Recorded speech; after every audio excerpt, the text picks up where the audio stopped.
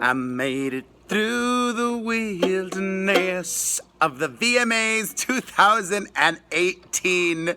Hello, my friends. Perez Hilton here, and I'm going to give you the best and only recap of MTV's Video Music Awards that you need to watch, from the pre-show to the fashion to the performances, the winners, and more. I've got to say, though, I was disappointed but also thrilled because there weren't that many wow moments. There weren't that many wow collaborations, but there was one wow Madonna. And whether you're happy with her Aretha Franklin tribute or not, you got to give Madonna credit. She's 60 years old, has been in this industry for 4 decades, and she can still get the people talking. But, and a big but, as a big Madonna fan, it saddens me that I think most people are talking about Madonna negatively. And I'm not sure if Madonna intended to get the reaction that she did. You can't be certain with Madonna because she is the ultimate provocateur, and she has been pushing the envelope and pushing people for decades. Let me first start off by addressing her ensemblage. She was wearing something that was traditional to Malawi, and I'm not going to say cultural appropriation, but I am going to say WTF, what was she wearing? Why was she wearing it? What was the point of wearing that to the VMAs? And a recap of what Madonna did, if you did not watch. Madonna paid tribute to Aretha Franklin and spoke for over 5 minutes about Madonna. Basically saying that if it weren't for Aretha Franklin, that we may not have had Madonna and all of her greatness. And literally, it was a total of less than 40 seconds about Aretha Franklin and well over 4 minutes about Madonna, and how her life was so hard when she left Detroit, where Aretha Franklin was also from, and moved to New York and auditioned for this and auditioned for that and didn't make it as a dancer and never thought of being a singer and all of these things. The thing about Madonna, she has been so famous for so long. She's surrounded by yes people. I think those around her are afraid to be honest with her. And also, she's had the world adore her for so long that she's lost touch with reality. And I say that with love, deservedly so. She's Madonna. She's groundbreaking. If it weren't for Madonna, we wouldn't have a Lady Gaga or even an Ariana Grande in the way that we have them today. Madonna did it all first, and Madonna did it better. So Madonna thinks really highly of herself. So because of that, Madonna thinks, that's the pool thing. Oh no, that sounds awful.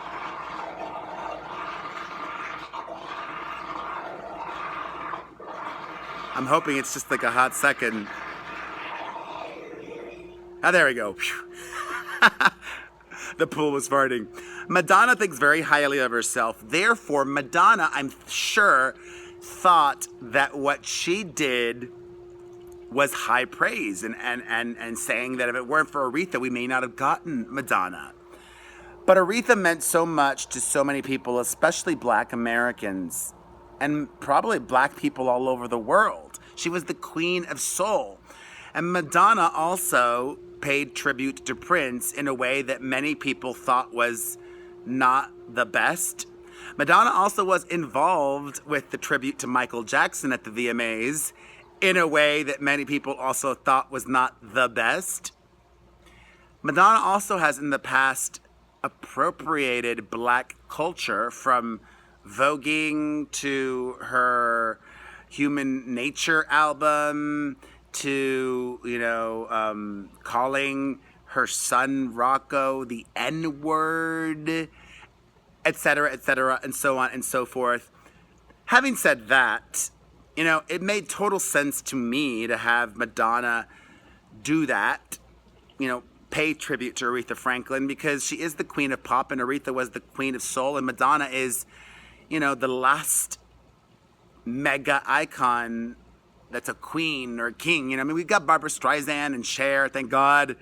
And also the VMAs were in New York for the first time in a while at Radio City Music Hall where the first VMAs were held and Madonna performed at the first VMAs.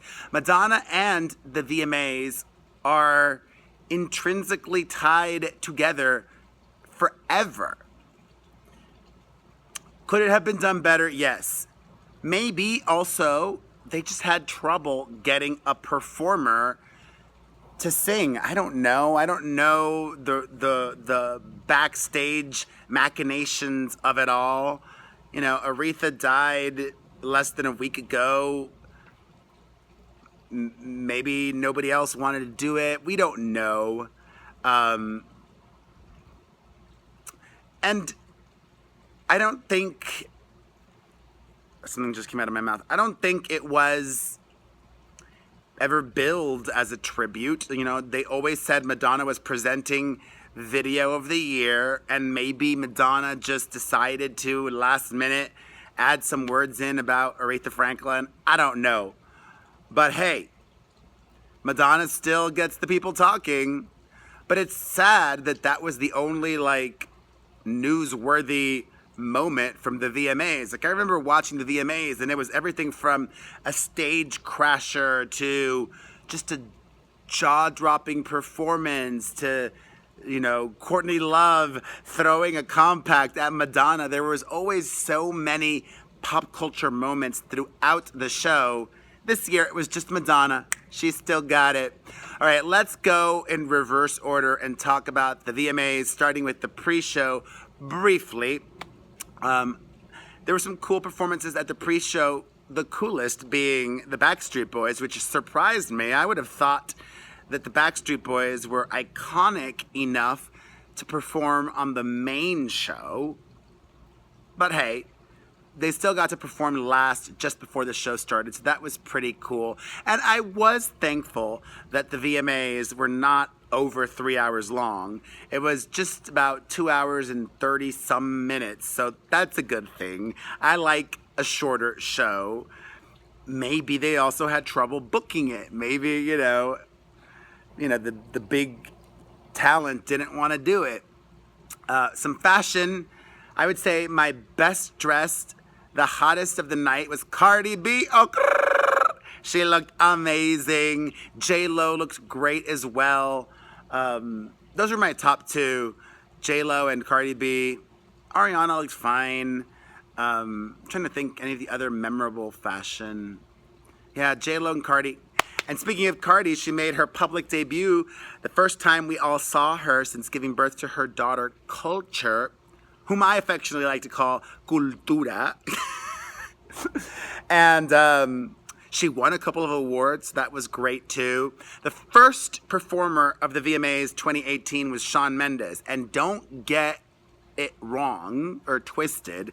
I love Shawn Mendes. I thought he gave a great performance. I was feeling all moist because he performed and it started raining and he was in this wet white t-shirt giving me teen heartthrob realness, but I still would not have put him first. I actually would have put Nicki Minaj first for many reasons. First, it was a better performance. It was a more wow performance, and she was in the headlines more than Shawn Mendes and could have been in the headlines more, especially if she made more of her performance. But I'll get to Nicki. I'm going to do this in chronological order. Shawn was great. Nothing bad to say about him other than, and that's not a bad thing, I just still would not have put him first, even though I love Shawn Mendes and I thought he gave a great performance. Logic was next, and, cool. It was a good performance, uplifting. Nothing really wow about it either, though. Panic at the Disco was after, and at first I was scratching my head. I'm a Panic at the Disco fan, but they performed a song that's been out since May, that's not a hit, and I would think that Panic at the Disco's audience is older than the demo that watches the VMAs. So part of me was just a little mad that they chose Panic at the Disco over the Backstreet Boys. I would have preferred that they both performed. Oh my God, that thing is annoying.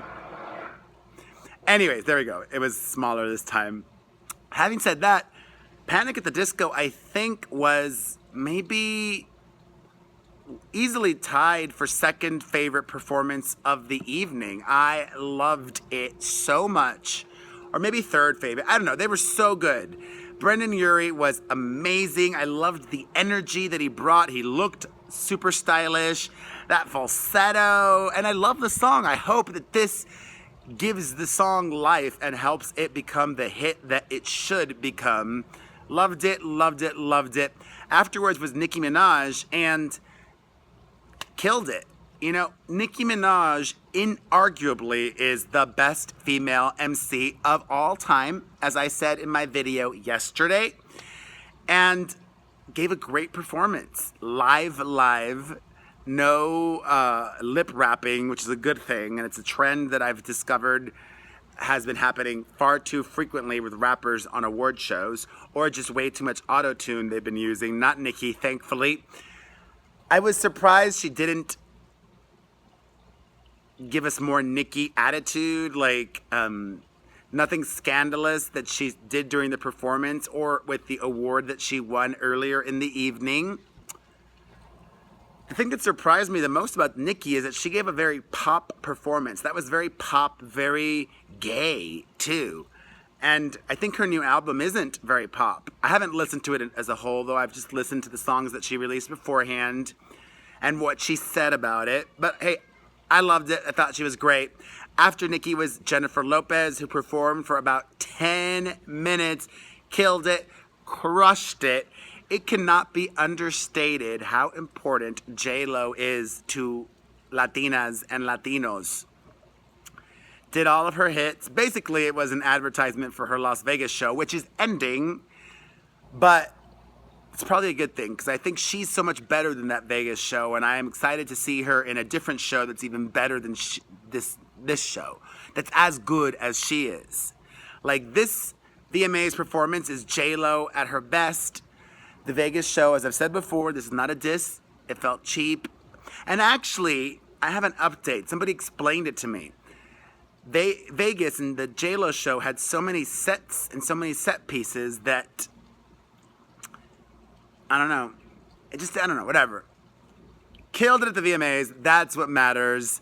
Ariana Grande was next. And Ariana, I gotta give her credit. She is one of those few artists that sounds just as good, if not better, live than she does on record. And she gave, I think, one of my favorite performances from her career ever at the VMAs.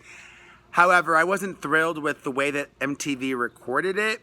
There were not enough close-ups of her face, and I get it that it was a very horizontal in its display performance. The way that Ariana and her team did it, it was a lot of people on that stage with her, and they wanted to try to capture as much of it as possible. But I wanted to see more of Ariana. It was Ariana's performance. Ugh. Jeez, that is annoying.